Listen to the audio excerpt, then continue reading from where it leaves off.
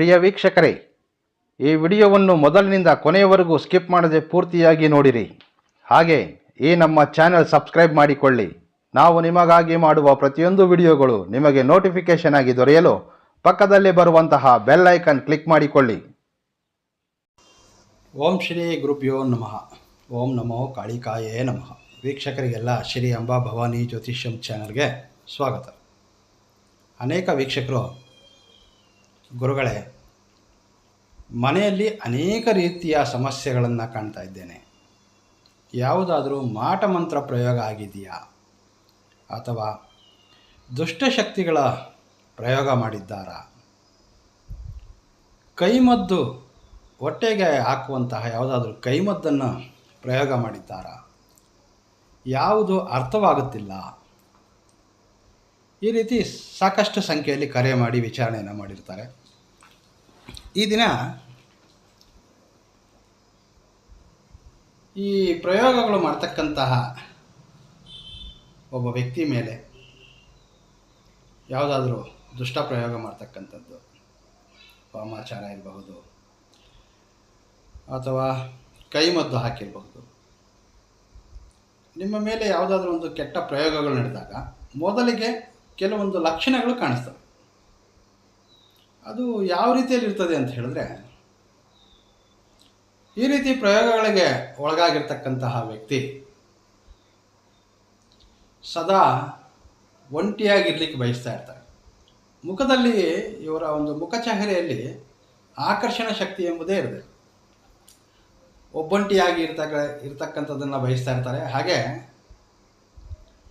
ಇವರಿಗೆ ಹೆಚ್ಚಿಗೆ ಹಸಿವಾಗೋದಿಲ್ಲ. ಎಷ್ಟೇ ಸಮಯ ಆದರೂ ಸರಿ ಇವರಿಗೆ ಹಸಿವಾಗೋದಿಲ್ಲ. ಮತ್ತು ಎರಡನೇದಂದರೆ, ರಾತ್ರಿ ಸಮಯ ನಿದ್ರಾಹೀನರಾಗಿರ್ತಾರೆ. ನಿದ್ರಿಸುವಂತಹ ಆಲೋಚನೆ ಇವರಿಗಿರೋದೇ ಇಲ್ಲ. ತುಂಬ ಸಮಯ ಎಚ್ಚರವಾಗಿರ್ತಾರೆ. ಇನ್ನೂ ಹೆಚ್ಚಿಗೆ ಹೇಳಬೇಕಂದ್ರೆ, ಇವರು ವಾಸ ಮಾಡ್ತಕ್ಕಂತಹ ಮನೆಯ ಮುಂಭಾಗದಲ್ಲಿ ಏನಾದರೂ ತುಳಸಿ ಗಿಡ ಇದ್ದರೆ ಅದನ್ನು ಇವರು ಎಷ್ಟೇ ಹಾರೈಕೆ ಮಾಡ್ತಾ ಬಂದರೂ ಸಹ ಆ ತುಳಸಿ ಗಿಡ ಬೆಳವಣಿಗೆ ಕಾಣೋದಿಲ್ಲ, ಅದು ಒಣಗೋಗ್ತಾರೆ. ಆರೋಗ್ಯದಲ್ಲಿ ಏರ್ಪೇರಾಗ್ತಾ ಇರ್ತದೆ. ಎಲ್ಲ ಮೆಡಿಕಲ್ ರಿಪೋರ್ಟ್ಸು ನಾರ್ಮಲ್ ಅಂತ ತೋರಿಸಬಹುದು, ಆದರೆ ಇವರಿಗೆ ಅನಾರೋಗ್ಯ ಕಾಡ್ತಾ ಇರ್ತದೆ. ಮುಂದೆ ಏನಾಗಬಹುದು ಅಂತಂದರೆ, ನಿದ್ರಾಹೀನರಾಗಿರ್ತಾರೆ, ಆಹಾರ ಸೇವನೆ ಇರೋದಿಲ್ಲ, ಒಂಟಿತನದಲ್ಲಿರ್ತಾರೆ, ಕುಟುಂಬದಲ್ಲಿ ಯಾರೊಂದಿಗೂ ಸಹ ಇವರು ಸೇರೋದಿಲ್ಲ. ಇಂತಹ ವ್ಯಕ್ತಿಗಳು ಯಾವುದಾದ್ರೂ ಕಾರ್ಯಕ್ರಮಗಳಲ್ಲಿ ಭಾಗಿಯಾದಾಗ ಆ ಕಾರ್ಯಕ್ರಮಗಳಲ್ಲಿ ಬಂದಿರತಕ್ಕಂತಹ ನಿಮ್ಮ ಸ್ನೇಹಿತರಿರ್ಬಹುದು, ಬಂಧುಗಳಿರ್ಬಹುದು, ನಿಮಗೆ ಗೌರವ ಅನ್ನೋದೇ ಇರಲ್ಲ. 4 ಕಡೆ ನೀವೆಲ್ಲಿ ಹೋಗಿರ್ತೀವಿ ಅಲ್ಲಿ ನಿಮಗೆ ಗೌರವ ಎಂಬುದೇ ಸಿಗೋದಿಲ್ಲ.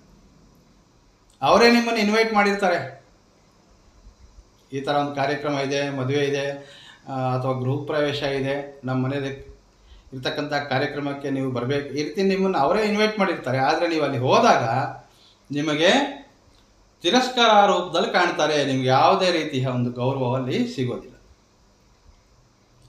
ಮುಂದೆ ಏನಾಗಬಹುದು ಅಂತಂದರೆ, ಈ ರೀತಿ ವಾಮಾಚಾರ ಮಾಟಮಂತ್ರ ಪ್ರಯೋಗ ಆಗಿರ್ತಕ್ಕಂತಹ ವ್ಯಕ್ತಿ ಅನಾರೋಗ್ಯದಿಂದ ಇರೋದೇ ಅಲ್ಲದೆ ಸಾವು ಸಹ ಸಂಭವಿಸಬಹುದು. ಹೆಚ್ಚಾಗಿ ಈ ರೀತಿ ಒಂದು ಪ್ರಯೋಗಗಳು ಅಮಾವಾಸ್ಯೆ ದಿನಗಳಲ್ಲಿ ಪ್ರಯೋಗ ಮಾಡ್ತಾರೆ. ಒಬ್ಬ ವ್ಯಕ್ತಿಗೆ ಕೆಡುಕು ಉಂಟು ಮಾಡಲಿಕ್ಕೆ, ಸಮಾಜದಲ್ಲಿ ಆ ವ್ಯಕ್ತಿಗೆ ಗೌರವ ಸಿಗಬಾರ್ದು, ಆ ವ್ಯಕ್ತಿ ಸದಾ ಅನಾರೋಗ್ಯದಿಂದಿರಬೇಕು, ಈ ರೀತಿ ಆಲೋಚನೆಗಳಿರ್ತಕ್ಕಂಥವರು ಈ ಒಂದು ಕಾರ್ಯವನ್ನು ಮಾಡಲಿಕ್ಕೆ ಬಯಸ್ತಾರೆ. ಆದರೆ ಅದು ನಿಮ್ಮ ಶತ್ರುಗಳಾಗಿರ್ಬೋದು ಅಥವಾ ನಿಮಗೆ ಇಷ್ಟವಿಲ್ಲದೆ ನಿಮ್ಮ ಏಳಿಗೆಯನ್ನು ಕಂಡು ಸಹಿಸದೇ ಇರ್ತಕ್ಕಂಥವರಾದರೂ ಆಗಿರ್ಬೋದು. ಈ ಹೊಟ್ಟೆಗೆ ಮದ್ದು ಹಾಕ್ತಾರೆ, ಅಂದರೆ ಕೈಮದ್ದು ಅಂತ ಹೇಳ್ತಾರೆ. ಈ ಮದ್ದು ಅದು ಹಾಕಿದಾಗ ಯಾರ ಮದ್ದನ್ನು ಹಾಕಿರ್ತಾರೆ ಅದರ ಉದ್ದೇಶ ಇಷ್ಟೇ, ಈ ವ್ಯಕ್ತಿ ನಾನು ಹೇಳಿದ ರೀತಿಯಲ್ಲೇ ನಡ್ಕೊಳ್ಬೇಕು, ನನ್ನ ಮಾತುಗಳನ್ನ ಆ ವ್ಯಕ್ತಿ ಕೇಳಬೇಕು. ಈ ಸಂಬಂಧವಾಗಿ ಆ ಮದ್ದನ್ನು ಬಳಸ್ತಾರೆ. ಹೆಚ್ಚಾಗಿ ಈ ಮದ್ದನ್ನು ಮಾಂಸಾಹಾರ ಊಟದಲ್ಲಿ, ಮಾಂಸಾಹಾರ ತಿಂಡಿಗಳಲ್ಲಿ ಬೆರೆಸ್ತಾರೆ. ಈ ಕೈಮದ್ದು ಎಂಬುದಕ್ಕೆ ಯಾವುದೇ ರೀತಿಯ ವಾಸನೆ ಮತ್ತು ರುಚಿ ಇರೋದಿಲ್ಲ. ಈ ರೀತಿ ನಾನು ಒಂದು ಮದ್ದನ್ನು ಸೇವನೆ ಮಾಡಿದೆ ಅಂಥೇಳಿ ಆ ಸೇವಿಸುವಂತಹ ವ್ಯಕ್ತಿಗೆ ಅದರ ಅರಿವೇ ಇರೋದಿಲ್ಲ. ಈ ಲಕ್ಷಣಗಳು ಕಂಡ ಕೂಡಲೇ ಅದಕ್ಕೆ ಪರಿಹಾರವನ್ನು ಹುಡ್ಕೊಳ್ಬೇಕು. ಇವುಗಳಿಗೆ ಸಂಬಂಧಿಸಿದಂತಹ ಕೆಲವೊಂದು ಪರಿಹಾರಗಳನ್ನ ಮಾಡಿಕೊಳ್ಳೋದ್ರಿಂದ ಏನಾಗುತ್ತೆ, ಈ ರೀತಿ ಸಮಸ್ಯೆಗಳಿಂದ ಹೊರಬರಬಹುದು. ಬಹಳಷ್ಟು ಜನ ಇದ್ರ ಬಗ್ಗೆ ತಿಳಿಸ್ಕೊಡಿ ಅಂತ ಅನೇಕರು ಕರೆ ಮಾಡಿ ಕೇಳಿರ್ತಾರೆ. ಹಾಗಾಗಿ ಈ ದಿನ ಈ ವಿಚಾರವನ್ನು ನಿಮಗೆ ತಿಳಿಸಬೇಕೆಂಬ ಉದ್ದೇಶದಲ್ಲೇ ಈ ಒಂದು ವಿಡಿಯೋವನ್ನು ಮಾಡಿದ್ದೇನೆ. ಮುಂದಿನ ವಿಡಿಯೋದಲ್ಲಿ ಭೇಟಿ ಆಗ್ತೇನೆ. ನಮಸ್ಕಾರ. ಸರ್ವೇ ಜನೋ ಸುಖಿನೋ ಭವಂತು.